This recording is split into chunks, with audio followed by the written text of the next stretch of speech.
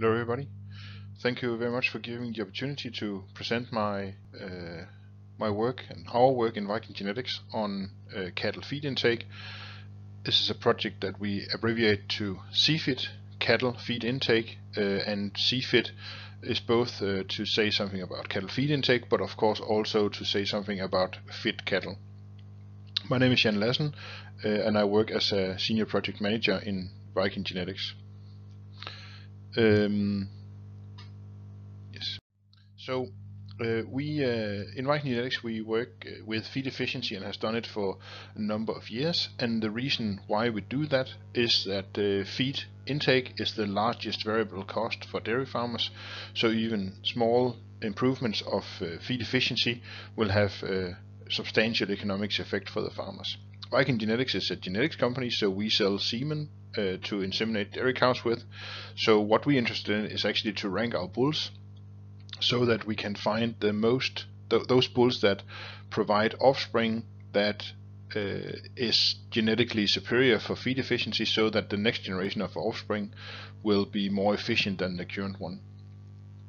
We have seen genetic variation for feed efficiency in many other studies historically, but one of the challenges in doing genetic and genomic evaluations for feed efficiency is lack of data.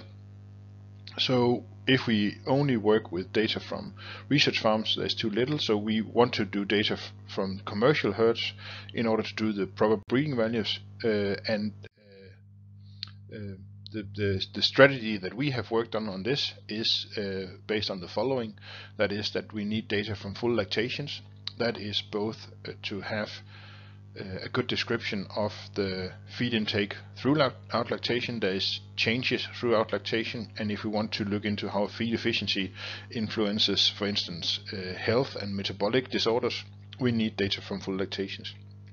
There is research farm data available today, but there's very little, and a lot of the data is very old, even from before 1990, and that is not representative of what is happening in dairy cows today. It's also a very expensive way to measure based on these scales. It's time consuming, and it's not something that will work in commercial farms, at least that's what we believe. We also need data from normal production herds to be able to have some data that is one-to-one transferable to commercial settings, but also something where we can document the effects that we do, so that we can say when we start to select for more efficient animals, then we can actually see that they also get more efficient on herds, and we can only do that if we have systems to document this. So we can build a system that can identify the cows, allocate feed, and also predict body weight for cows in a commercial setting. This is how the system looks like.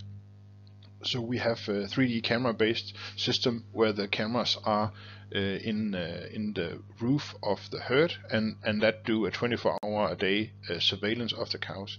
If you look out on the left, you can see a little box with a camera on top, and that camera is very crucial for our system. Now I'll try to explain that later.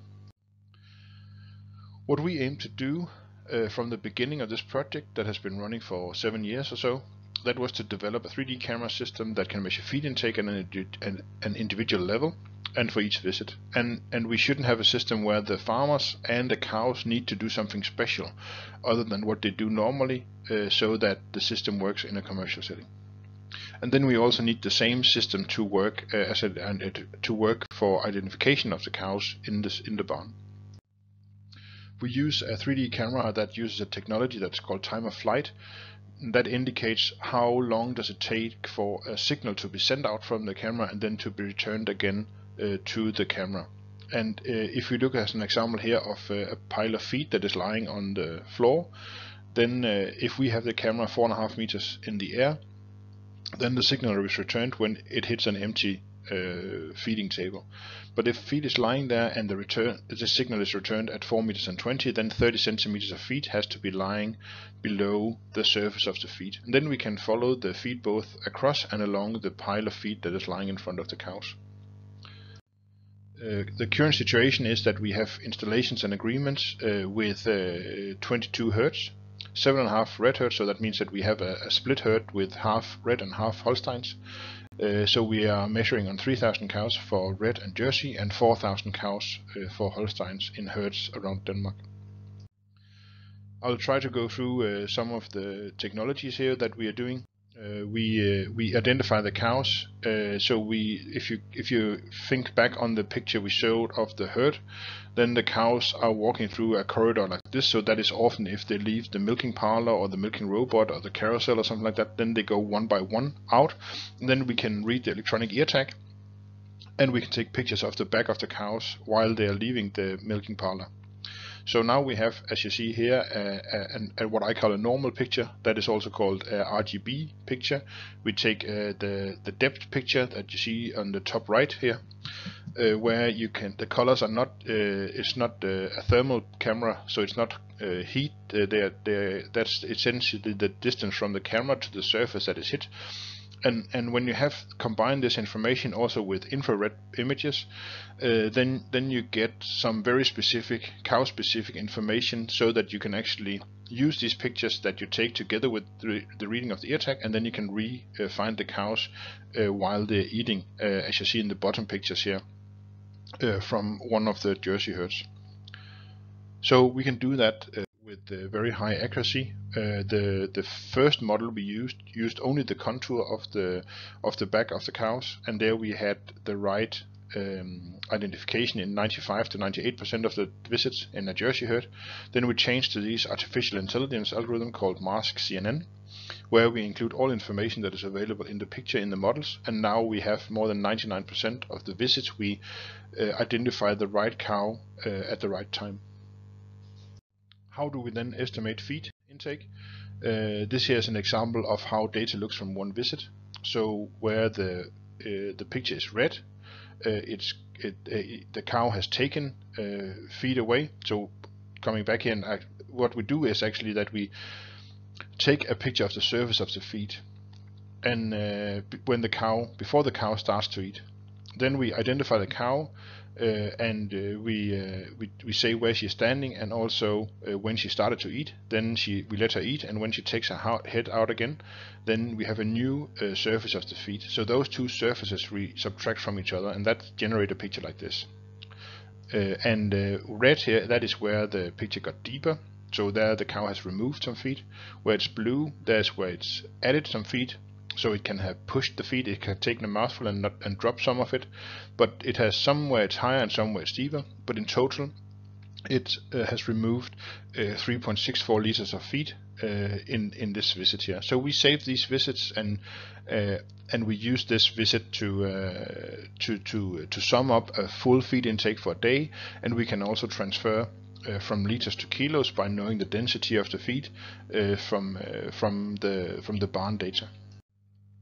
We can also predict body weight, and here I show an example from a Jersey farm where we have measured body weight using a scale. So we have 1,300 measurements from 100 Jersey cows. On average, the cows, they weighed 460 kilos, ranging from 350 up to 650. And then what we do is we take a picture like you see here on the right, where we find the spine of the cow. That is where the cow is highest all the way through the back, and then we say how far right or left do we have to go to drop 3 centimeters, 5 centimeters, 10 centimeters, or 15 centimeters, and then you can more or less imagine that when we do this, then we have essentially a fingerprint of the back of the cow, and we can use all this information to generate a prediction model, and then we can compare the results from the prediction model with the data that we got from the scale measurements of the cow.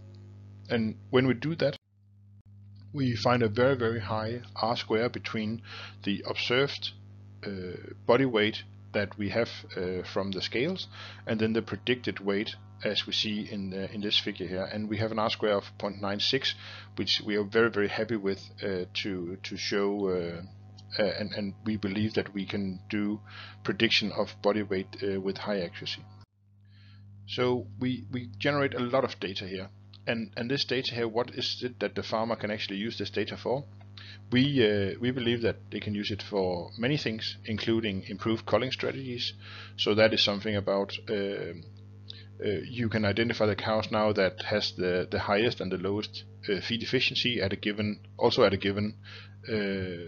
production level, and then you can use that decision other than just looking at production level to cull your cows. And we see that there is up to 2 tons of feed in difference, or even 3 tons of feed in difference between the cows that eat the most and the less, and at the same production level. So that sums up to a lot of money if you get the same amount of milk for 3 tons less of feed over a lactation.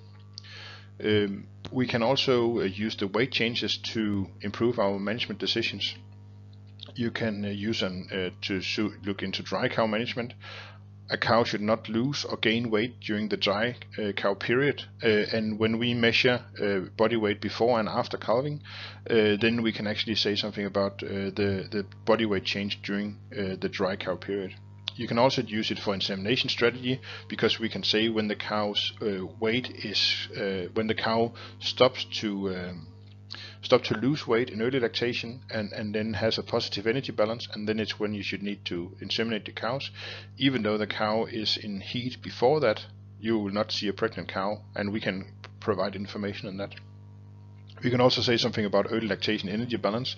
If the cow is losing too much weight, you should have an indication that this cow is in higher risk of getting sick, and you should be more alert to this cow. And then also we can look into how body weight change is in late lactation. If the cow is not essentially ready to get dried off, but the body weight is increasing too much, then you can perhaps dry off the cow before she gets too fat, because that will influence both her dry cow period but also the start in the following lactation. A lot of these can of course be used for feeding management. When should you push in the feed for the cows? You can follow the residual feed for a whole day. You can make small changes from day to day by looking at some of the changes that you see in the daily feed intake per cow, but also per group. And then also finally the greenhouse gas emission. We can at least use it for some semi-documentation of greenhouse gas emission, because feed intake is by far the largest, the most important predictor of greenhouse gas emission. So we can use this also to say something about greenhouse gas emission indirectly, at least at a cow level. So sum up, the CFIT project is a 3D camera based innovation, and we use it in dairy cattle herds. We can make registrations of feed intake at an individual level, and that is very new and something that is innovative worldwide.